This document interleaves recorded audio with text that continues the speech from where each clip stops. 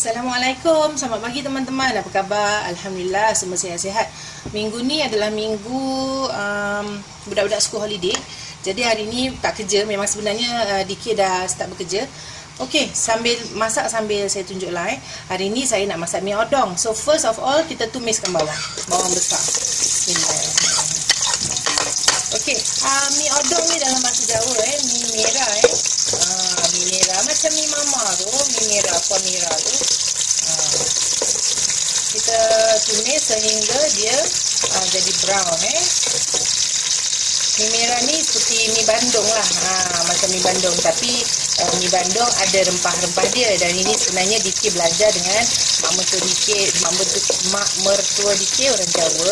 Jadi kalau dia masak tu sehingga menjilat pinggan. Tak cakap bedek you. Okey, dan bila dia dah garing sedikit, kita boleh masukkan rempah-rempah yang lain, iaitu bawang besar, bawang putih, bawang kecil dan halia. Dan juga cili kering. Kalau siapa yang suka pedas, lebihkan cili. Tapi ingatlah, DK ada anak-anak muda yang kecil-kecil yang tak kuat pedas.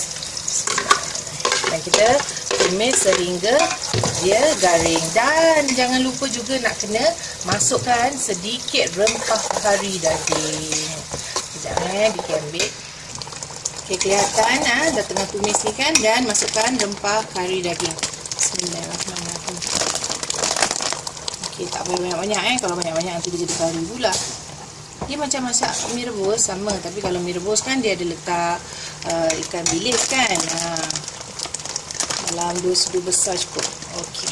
Okey, ini kita tumis sehingga dia garing, sehingga naik minyak, dan lepas tu kita akan masuk rempah seterusnya. Mi odong ni kita nak kena pakai tomato puri sebab dia ada rasa pedas-pedas masam-masam, dan juga bawakan kalau ada tomato sauce kita standby sahaja, dan jaga jangan sampai hangus.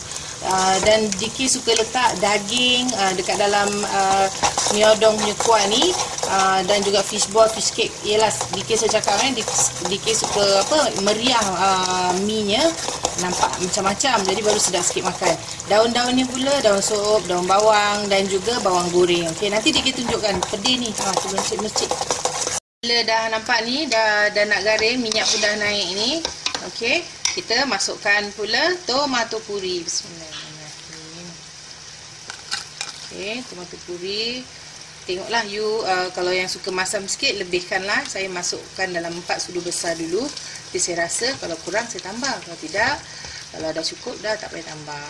Dan dah lepas tu dah masukkan tomato puri, kita pun masukkan daging kita.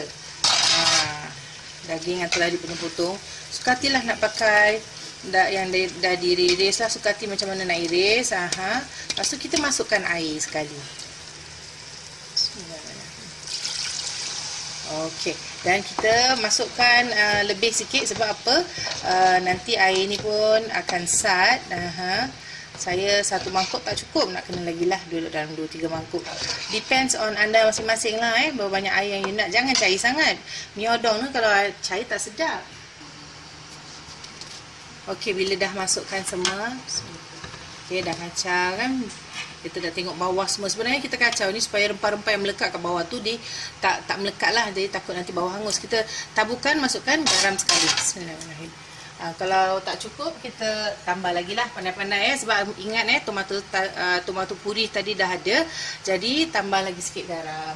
Saya ni nenek selalu ingatkan, arwah nenek saya kata kalau kita masak nak sedap, make sure kalau kita tambah garam ataupun gula, orang tua lah cakap, kita ikut. Dia kata biar yang odd numbers, that means 1 kali ataupun 3 kali ataupun 5 kali.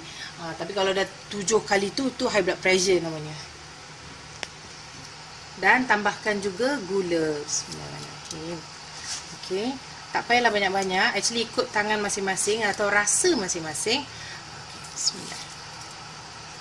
Okey, dan kita akan biarkan dagingnya menjadi empuk, dan juga nanti kita akan rasa lagi sekali. Saya dah siapkan, saya pun ada tomato biji, masukkan sekali jadi senang. Sebab apa? Tomato ni harus masak lama, betul. Tomato kalau tak masak lama nanti maklum dia boleh cepat basi. Tomato kan ada jus tu kan. Dan kita akan biarkan, nanti akan saya tunjukkan. Okey, Tadi kita dah letak dah letak apa tu, air dia daging tu boleh lembut. Untuk kuahnya okey, kelihatan daging pun dah bertambah lembut. Jadi saya seperti yang saya cakap, saya suka meriahkan mi saya suka letak fish cake. Jadi saya dah potong-potong, saya letak fish cake. Saya juga suka letak fish ball. Jadi nampak banyak sangat benda-benda cedok-cedok, ada macam-macam kat dalam. Dia budak-budak makan pun tak macam, yelah, sukalah namanya makan tu. Dan bila dah letak ni semua, fish ball dan fish cake, ada yang tanya, sis boleh letak udang tak? Suka hati. Sebenarnya masak ni dah banyak kali DK cakap, kalau nak letak apa letak, sebab ini adalah cita rasa masing-masing. DK hanya tunjukkan cara-cara nak buat saja. Jadi dan juga kepada mereka yang selalu ada macam-macam versi, memang semua tu betul, tak ada yang salah.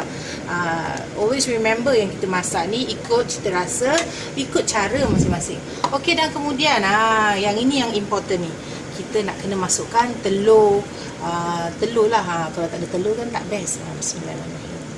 Jadi kita masukkan telur satu persatu lah, jauh-jauh kan, kalau tidak nanti dia jadi kahwin pula. Okey, dan Diki akan masukkan lagi, maklumlah budak-budak banyak, jadi mesti nak letak banyak telur lah. So itulah cara-caranya, nanti Diki akan tunjukkan bila dah siap. Okey, dah masuk telur dan telurnya pun dah masak. Ada yang suka yang macam gui-gui ataupun cair tu lah. Tengok tu telurnya. Dah siap kan. Dan last sekali, ni pun nak kena letak lah sawi sikit. Kan macam mi merah kan ada macam sayur-sayurnya juga. Makan mesti nak ada sayur. Dia ada dua cara kalau yang untuk hidangannya. Ada yang suka masukkan mi dalam celup sekali, masuk sekali dalam kuah. Tapi DK tak suka, sebab apa? Kalau tidak nanti mi nya dah jadi kembang.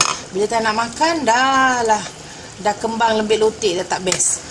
So DK suka letak kami dalam mangkuk, lepas tu kuah ni panas-panas kita letakkan ke atas. Dah sama macam mi merah yang dekat kedai mamak tu.